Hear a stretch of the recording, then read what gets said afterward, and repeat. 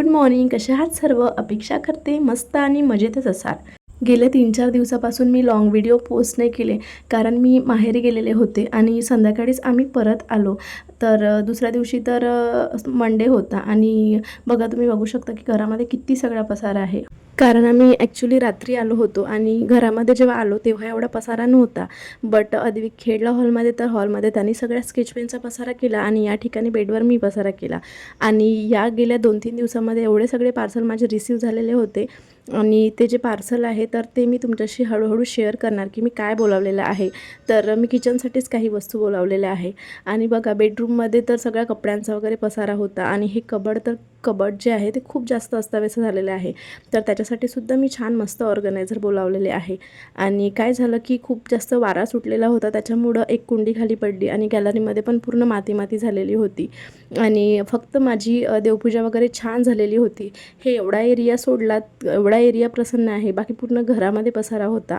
आणि गॅसच्या वट्यावरती मी घाईत स्वयंपाक केला, तर इथे मी पसारा करून ठेवला. कारण हे ड्युटीवर गेले तर त्यांना मी मस्त पहिले स्वयंपाक वगैरे करून दिला. तर हे सगळं जे आहे ते मला एक एक करून आता आवरायचं होतं. असं आपल्याला म्हटलं जाते की घरामध्ये तुला कोणते काम आहे तेवढेच तर काम आहे. बट आपल्यालाच माहिती असतं की दिवसभर आपल्याला किती सगळे कामे असतात.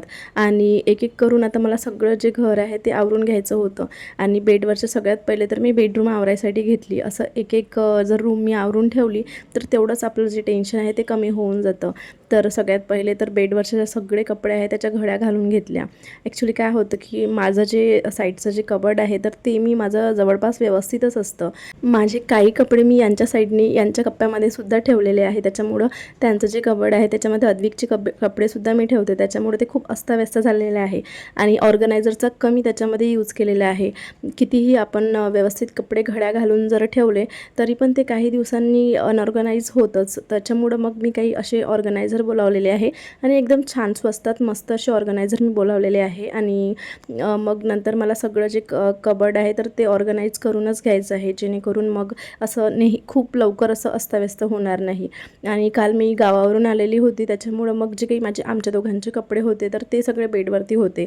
आणि ते सगळे कपडे जे वॉश करायला टाकायचे होते तर ते वॉश करायसाठी घेतले आणि उरलेले जे कपडे आहेत ते सगळे व्यवस्थित मी कबर्डमध्ये लावून दिले. कुठेही 1 दिवसासाठी आपण गेलो किंवा 2 दिवसासाठी गेलो तरी पण आपल्याला छोट्या मोठ्या ज्या सगळ्या गोष्टी असतात तर त्या सगळ्या सोबत न्याव्याच लागतात.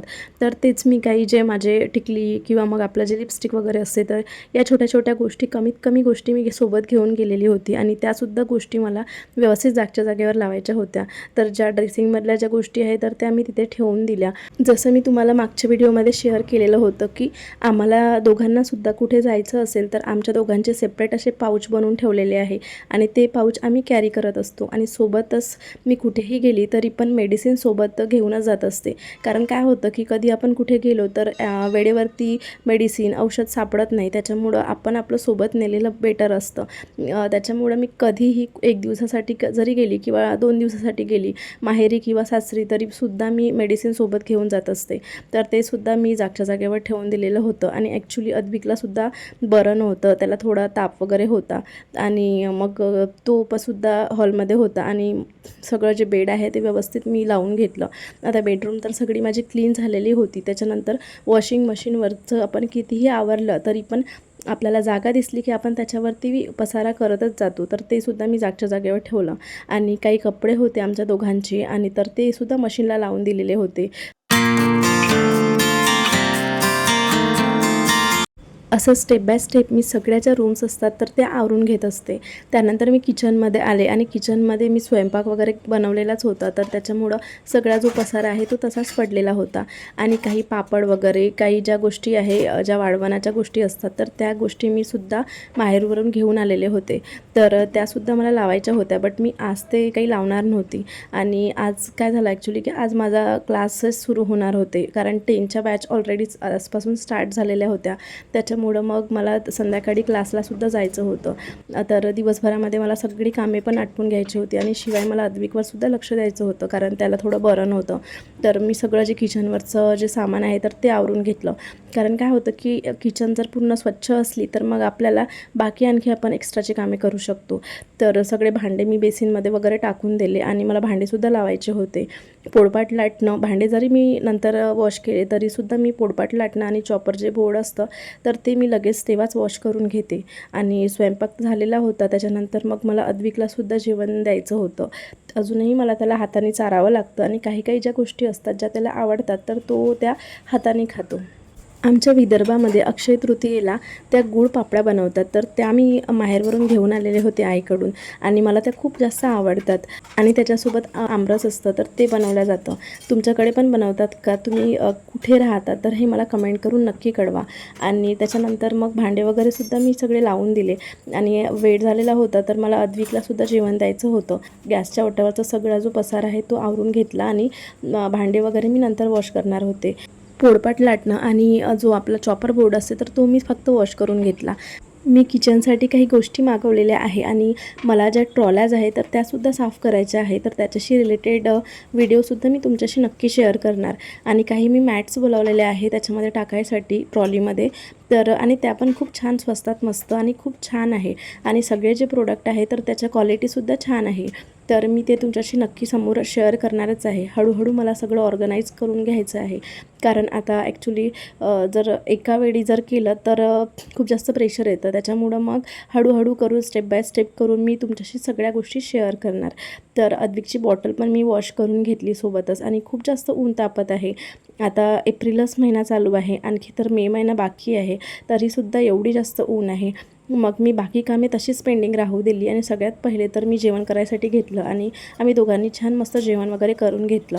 आणि त्याच्यानंतर मग मी सगळे जे भांडे आहेत ते वॉश करायसाठी घेतले आणि छान मस्त गॅसचा ओटा वगैरे क्लीन करून घेतला.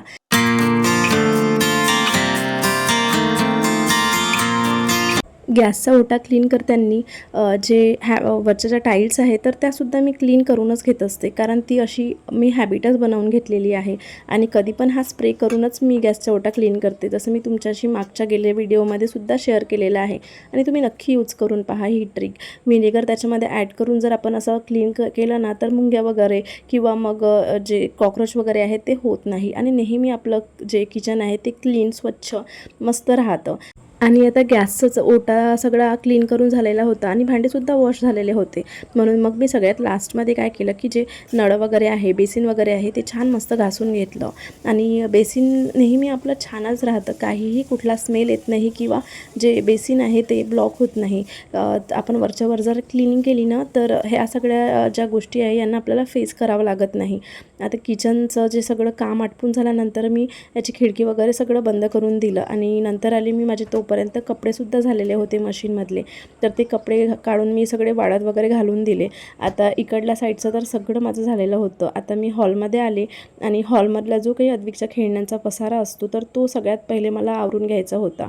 टी-व्ही युनिटच्या या मधातल्या ड्रॉवरमध्ये मी अद्विकचे थोडेफार खेळणे हे ठेवलेले आहे आणि बाकी सगळे खेळणे त्याचे दिवाणमध्ये आणि जास्तीत जास्त खेळणे हे वरती आहे, तर ते सगळे खेळणे मला आता पॅक करून ठेवायचे आहे.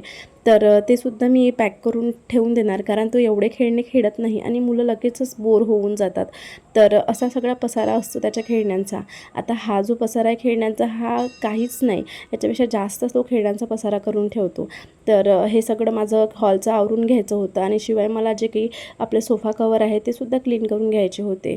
तर सोफा जर आपण व्यवस्थित कवर वगैरे सोफाचे झटकून ठेवले तर छान मस्त ऑर्गनाईज राहतं.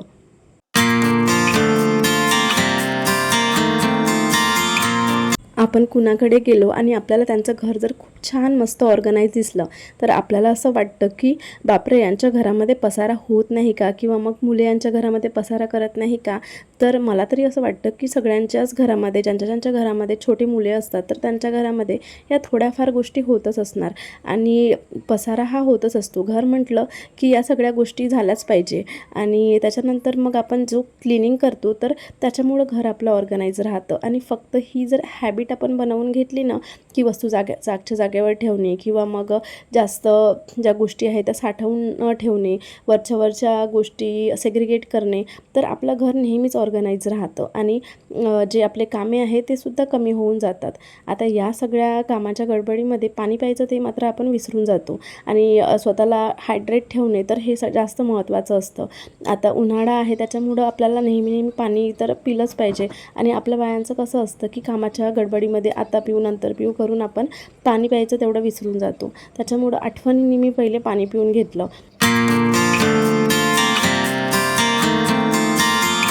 आता सगळ्या खोल्यांमधला पसारा ऑलमोस्ट आवरून झालेला होता. फक्त बाकी होती ती म्हणजे ही खोली. तर या खोलीमधला सुद्धा जो बेड आहे तर तो छान मी त्याची जी बेडशीट आहे ती व्यवस्थित करून घेतली. आणि एक पिलो राहिलेली होती, त्याचं पिलो कवरसुद्धा माझं लावायचं बाकीच होतं.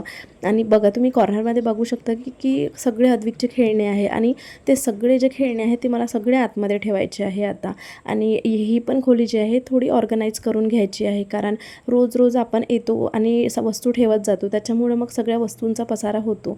आणि हे सगळे जे पार्सल आहे तर हे सुद्धा मला सगळे बाहेर चेक केलेले होते मी की क्वालिटी कशी आहे वगैरे. सगळ्यांची क्वालिटी ऑलमोस्ट छान होती आणि छान रिजनेबल रेटमध्ये सगळे जे प्रोडक्ट होते. आणि काही प्रोडक्ट मी फ्लिपकार्टवरून बोलावलेले आहे आणि काही जे प्रोडक्ट आहे जास्तीत जास्त प्रोडक्ट माझे मिशोवरचे आहे. आणि तसं तर मी ॲमेझॉनवरून बोलावत असते, मिशोवरून फार कमी बोलावते. बट यावेळी मी ट्राय केलं आणि छान क्वालिटी आली, पैशाच्या मानाने रिजनेबल रेट आहे त्याचे. आणि काय सगळ्या ज्या गोष्टी आहे तर त्या सगळ्या घरासाठीच बोलावलेल्या आहे मी. काही कबडसाठी, त्याच्यानंतर काही किचनसाठी. तर जे थोडेफार जे काही बॉक्सेस आहे त्याच्यामधलं सामान मी बाहेर काढून तर ते बॉक्सेस काढून टाकले. आणि उरलेलं म्हटलं की आता न करता नंतर करूया, म्हणून मग मी ते तसं राहू दिलं. आणि कधी पण मी काय करते की असे पार्सलचे जे डबे असतात त्याच्यावरती आपला ॲड्रेस वगैरे असतो तर ते मी फाडूनच डस्टबिनमध्ये टाकते. आणि तेवढं प्रिकॉशन मी घेते. आता सगळं ज्या खोल्या आहेत त्या आवरून झालेल्या होत्या, तर छान मस्त सगळं जे घर आहे तर ते झाडून घेतलं. अद्विक हा झोपलेला होता, त्याच्या मध्ये पण मी थोडेफार 1-2 कामे केली जे मी तुम्हाला व्हिडिओमध्ये दाखवू शकले नाही. तर अद्विकला मी झोपून वगैरे दिलं, कारण थोडा त्याला ताप आलेला होता, त्याच्यामुळं मग मी त्याला मेडिसिन दिलं आणि छान मस्त झोपून दिलं बेडरूममध्ये. घर कितीही क्लीन करा, झाडल्यानंतर आणि पोछा मारल्यानंतरच एकदम छान चमकतं. आणि सगळे कामे झाल्यानंतर जे आपल्याला सॅटिस्फॅक्शन मिळतं ते मात्र वेगळंच, त्याचा आनंद हा वेगळाच असतो. सर्व कामे करून खूप जास्त गरमी झालेली होती, त्याच्यामुळे छान मस्त फेस वॉश केला आणि मस्त असा आराम केला. आणि इथेच मी आजचा व्हिडिओ संपवते. तुम्हाला जर व्हिडिओ आवडला असेल तर चॅनलला सबस्क्राईब करायला विसरू नका. लाईक करा, शेअर करा, कमेंट करा. सो टेक केअर फ्रेंड्स, भेटूया नेक्स्ट व्हिडिओमध्ये.